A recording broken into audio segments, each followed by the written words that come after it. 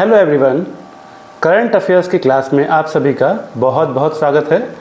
और आज हम बेहद ही लेटेस्ट करंट अफेयर्स आपके सामने लाए हैं। वीडियो को एंड तक देखिएगा और शुरू करते हैं।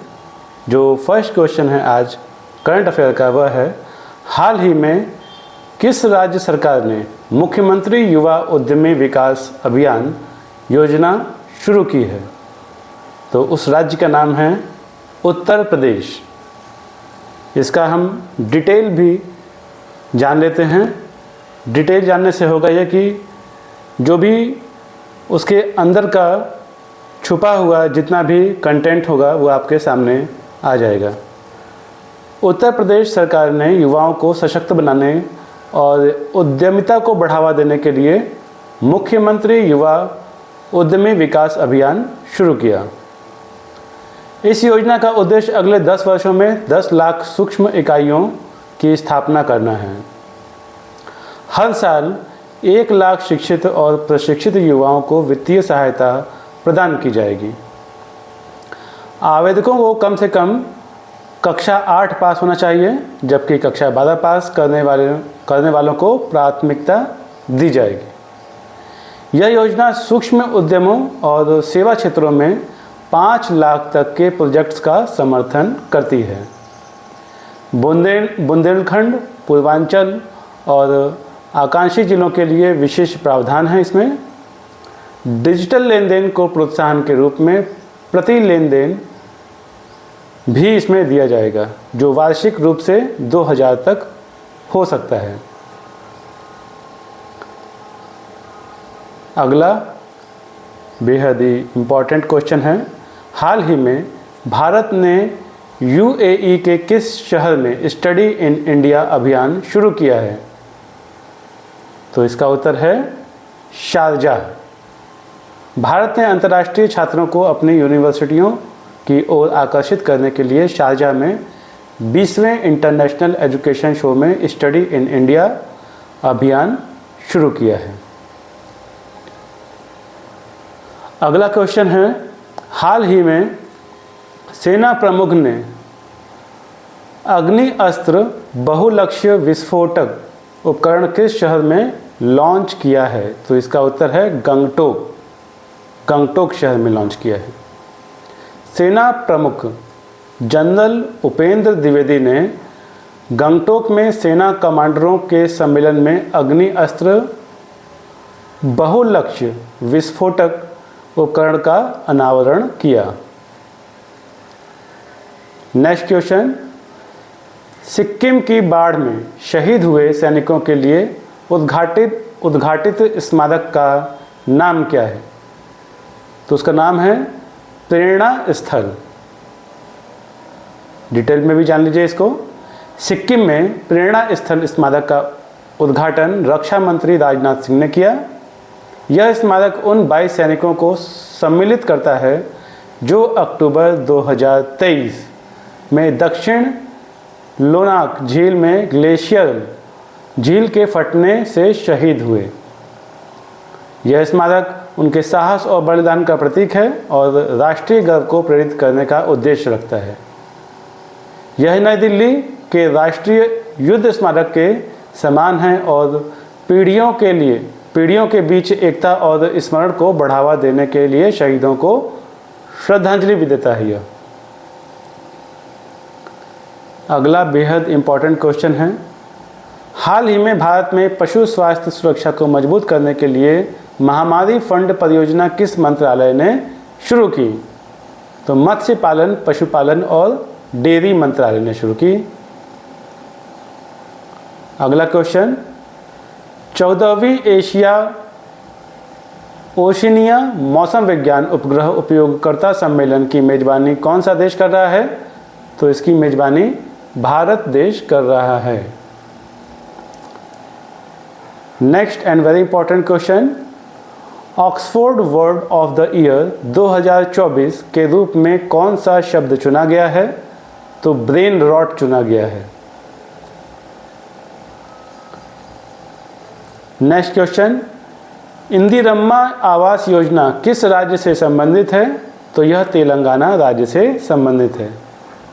तेलंगाना के मुख्यमंत्री ए रेवंत रेड्डी ने इंदिरम्मा आवास योजना के लाभार्थियों के चयन के लिए एक विशेष मोबाइल ऐप लॉन्च किया।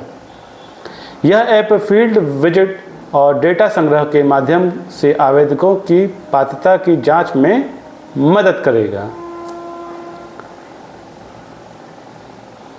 तो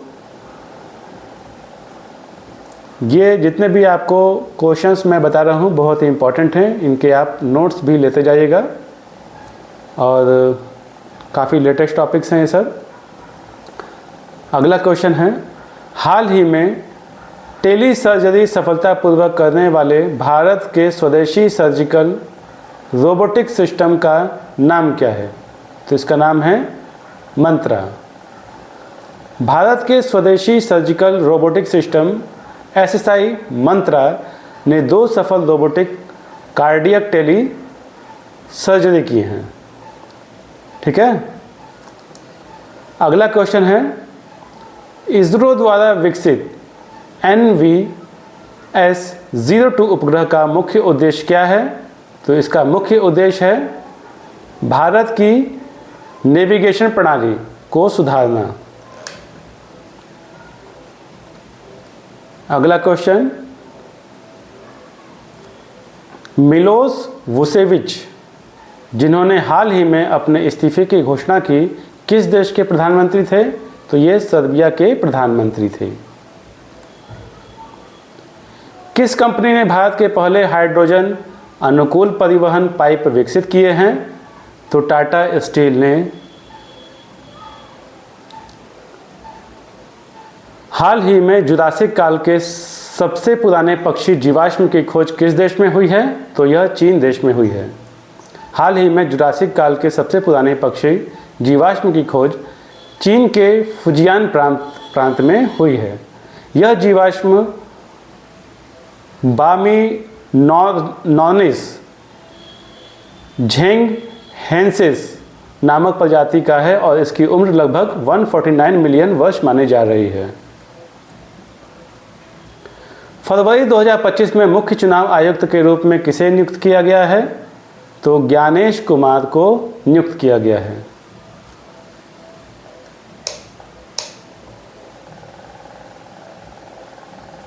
अगला क्वेश्चन, फिलाडेल्फी कॉरिडोर जो हाल ही में चर्चा में था, गाजा की सीमा पर किस देश के साथ स्थित है? तो यह मिस्र के साथ स्थित है। फोबोस और डीमोस निम्नलिखित में से किस ग्रह के प्राकृतिक उपग्रह हैं? तो यह मंगल ग्रह के प्राकृतिक उपग्रह हैं। उम्मीद करते हैं कि आप सभी नोट्स ज़रूर बना रहे होंगे। नोट्स बनाना बहुत ही ज़रूरी है। एग्ज़ाम के टाइम पे प्रिपरेशन करने में ये नोट्स बहुत ही मदद करते हैं। अगला और बहुत ही इम्पोर्टेंट क्वेश्चन है, कौन सा ग्रह तेज चमकता भटकता तारा कहलाता है? तो यह बृहस्पति ग्रह है।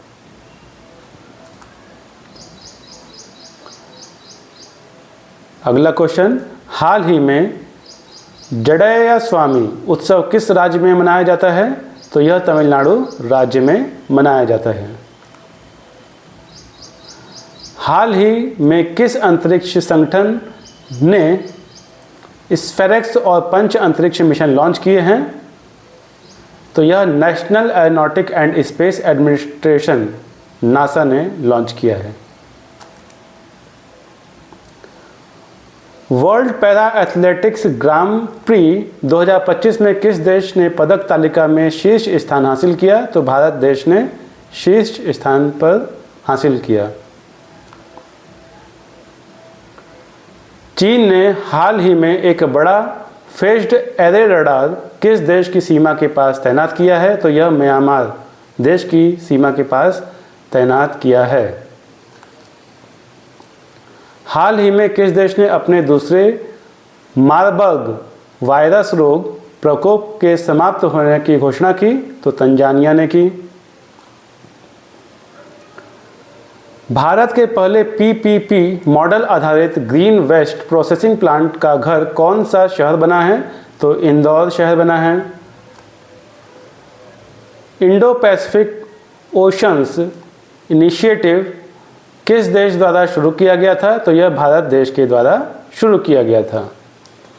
तो उम्मीद करते हैं कि आज का करंट अफेयर्स आप सभी को पसंद आया होगा, और अगर आपने अभी तक इस चैनल को सब्सक्राइब ना किया तो चैनल को ज़रूर सब्सक्राइब कर लीजिएगा। बेल आइकन पर क्लिक करिएगा ताकि जब भी मैं करंट अफेयर्स लेटेस्ट अपडेट लाऊं तो वो आप तक समय से पहुंच पाए और आप इसी तरह से नॉलेज को कंज्यूम करें। ओके, तो मिलते हैं हम फिर नेक्स्ट टॉपिक में एक नए वीडियो के साथ। Bye bye and take care to all of you. Thank you.